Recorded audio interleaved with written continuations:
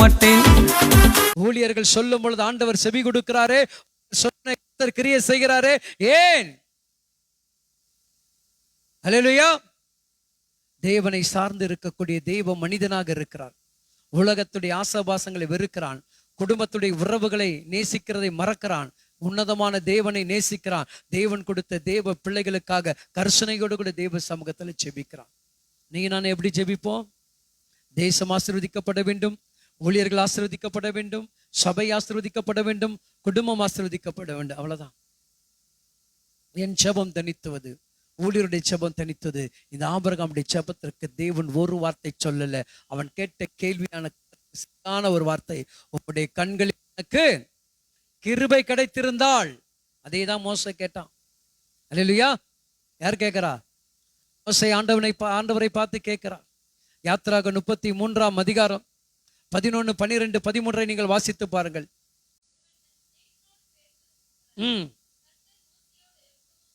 பேசினார்.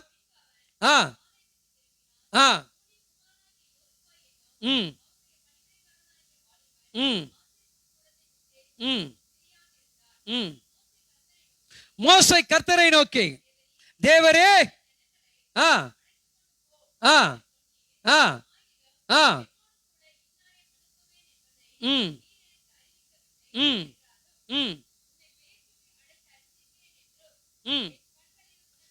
என் கண்களில் உனக்கு கிருபை. என்ன சொல்றாங்க? என்னுடைய தயவு உனக்கு மோசே, என் தயவு உங்க எல்லாருக்கும் இருக்குது என்று நீங்க தானே சொன்னீங்க. நான் தயவு பெற்றவன், உம்முடைய கிருபை பெற்றவன், உம்முடைய அன்பை பெற்றவன், உம்முடைய இரக்கத்தை பெற்றவன் என்று எனக்கு சொன்னீங்களே. என்ன கேட்கிறான்? ஜெபம் எப்படி நம்ம ஜெபிக்கிறோம்? தேவனுக்கு பயப்படுகிற தேவ பிள்ளைகளுடைய ஜெபங்கள் எப்படி இருக்கிறது? அவன் சொல்லுகிறான். அப்ப பாருங்க, உம்முடைய கண்களில் இப்போது எனக்கு கிருபை கிடைத்திருந்தால். என்ன கேட்கிறான் மோசே? அதனால்தான் கேட்கும்போது ஆண்டவர் சொல்லுகிறார், அவங்களாம் என் கிருபை பெற்றுக்கொண்டே வாழ்ந்தாங்கப்பா. ஆபிரகாம் என் கிருபை பெற்றுக்கொண்டான், லோத் என் கிருபை பெற்றுக்கொண்டான், மோசே என் கிருபை பெற்றுக்கொண்டான். இப்ப நீயும் கிருபை பெற்றுக்கொள். ஆண்டவரே எனக்கு பலவீனம் சொன்னார், என் பலவீனத்தில் என் பலன் பூர்ணமாக விளங்க, என் கிருபை உனக்கு போதும். ஒரு உற்சாகமா கரங்களை தட்டி தேவனை மகிமைப்படுத்து. அந்த கிருபை, தேவனுடைய கிருபை. அவன் கேட்கிறான், உம்முடைய கண்களில் எனக்கு. அப்ப நம்ம தேவன் என்ன கேட்கணும்? ஆண்டவரே, நான் உம்முடைய மகனாக மகளாக இருந்தா ஏன் என் ஜெபம் கேட்கப்படல? ஏன் என் ஜெபத்துக்கு பதில் வரல? ஏன் என் ஜெபத்துக்கு ஜெயம் வரல? அப்ப உம்முடைய கண்கள் இன்னும் எனக்கு கிருபை இல்லை. அந்த கிருபை காரியத்தை தேவ பிள்ளைகள் சரியாக கேட்டுக்கொள்ள வேண்டும். நம்ம ஜெபிக்கிற தேவ சமூகத்தை போய் எட்ட வேண்டும். அல்லேலூயா. அவன் என்ன சொல்லுகிறான்?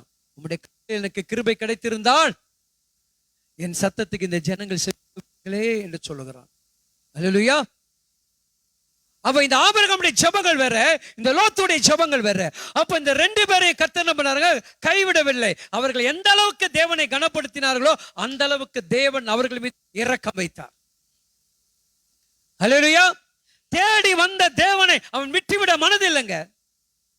என்னை தேடி என் தேவன் வந்து என்னை ஆசீர்வதிக்க வேண்டும் என்று விரும்பும் பொழுது இந்த தேவன் கைவிடுவதற்கான மனுஷனாக நாம் இருக்கக்கூடாது. ஆசீர்வாதத்தை பெற்றுவிட்டு தேவனை துச்சமாக எடுத்து தூக்கி போட்டு ஓடக்கூடிய ஜனக்கூட்டமாக நீங்கள் நான் இருக்கக்கூடாது. தேடி வந்தார், சகைவை தேடி வந்தார். தேடி வந்த சகை இந்த ஆண்டவரை விடவில்லை, உறுதியாக பற்றி கொண்டார். ஆண்டவரே, நான் யாருகிட்டயாவது எதையாவது ஏமாத்தி எதையாவது செய்திருந்தால் அதை நாளத்தையா திருப்பி கொடுக்கிறம்பா என்று சொல்லக்கூடிய ஒரு அன்பை தேவன் அந்த தேடுகிற மனுஷனுடைய இருதயத்துல ஊற்றினாருங்க. அப்ப நீ நானும் தேவனை தேடும் பொழுது, தேவனுடைய அன்புக்குள்ள இருக்கும் பொழுது, உனக்கு எனக்கு ஏன் இப்படிப்பட்ட விட்டு கொடுக்கக்கூடிய குணங்கள் இல்லாமல் போய் கொண்டு இருக்கிறது? அல்லேலூயா. எல்லாரையும் வஞ்சித்த மனுஷன், எல்லாரும் அவனை பார்த்து கேவலமாக பேசின மனுஷன், இப்படிப்பட்ட மனுஷனை தேவன் நேசிக்கிறாரே என்று சொன்னார்கள்.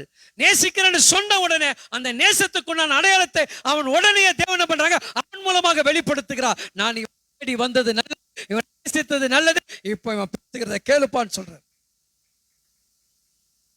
அல்லேலூயா. என்ன பேசினா? சகேவ் என்னங்க பேசினா?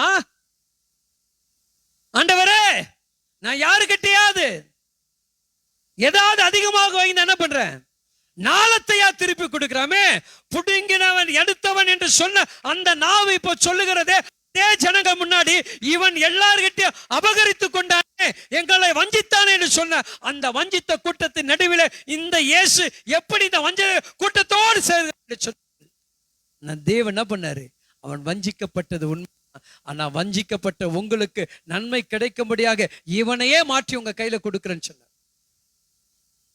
அல்லேலூயா, அல்லேலூயா. அப்ப எப்படிப்பட்ட ஒரு கிருபையுடைய ஜெபங்களை நீங்கள் அறிந்து கொள்ள வேண்டும். பாவம் செய்கிற ஆத்மா சாகும் என்று வேதம் தெளிவாக நமக்கு சொல்லுகிறது. அல்லேலூயா.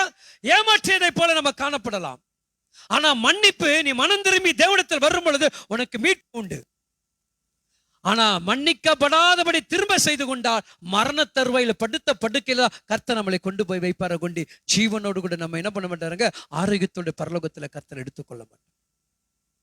இல்லையா? சிம்சனுக்கு தேவனுடைய பலனை பெற்றவன் தான், தேவ கிருபை பெற்றவன் தான், அபிஷேகம் பெற்றவன் தான், தேவனுக்காக வைராகம் ஓடினான், எல்லா காரியத்தையும் சாதித்தான். கடைசி அவனுடைய நிலைமை என்ன? அப்ப இந்த ஆபிரகாமுடைய ஜெபம், இந்த லோத்துடைய ஜெபத்தை கவனிக்க வேண்டும். அல்லேலூயா. ஆபிரகாம் ஒரு வார்த்தை சொல்லல, ஆனா ஆபிரகாம் செய்தது வேற, லோத்து செய்தது வேற. மேன் ஆபிரகாம் சொன்ன வார்த்தைக்கு இந்த தேவன் கீழ்ப்படிந்த உடனே அவன் மந்தைக்குள்ள ஓடுறான். எங்க ஓடுறான்? மந்தைக்குள்ள ஓடுறான். நல்லதை, அழகுள்ளதை, அருமையானதை என் தகப்பனுக்கு கொடுக்க வேண்டும் என்று சொல்லி கொண்டு வந்து கொடுத்தாங்க. அல்லேலூயா, அல்லேலூயா. நீங்கள நான் ஆண்டவருக்கு எதை கொடுத்திருக்கிறோம்? எவ்வளவு பெரிய பாவத்துல சாபத்துல இந்த ஆத்துமக்களை கொண்டு வந்து தேவ சமூகத்துல ஒப்படைச்சிருக்கிறோம். அவர்களை மீட்புக்காக இந்த சபைக்கு இந்த ஆத்துமாவை கொண்டு வந்து வைத்திருக்கிற எத்தனை பேர் நம்ம சொல்லி கொண்டு இருக்கிறோம் என்று யோசித்து பாருங்கள். என் அன்பான தேவ பிள்ளைகளே, அங்கு சொல்லப்படுகிறது 4ஆம் அதிகாரம், அவர் வீட்டுக்குள் பிரவேசித்து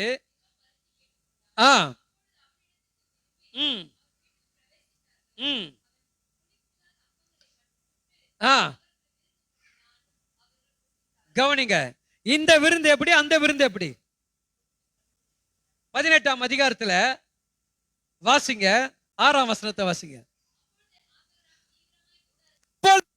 தீவிரமாக கூடாரத்துக்குள் ஓடி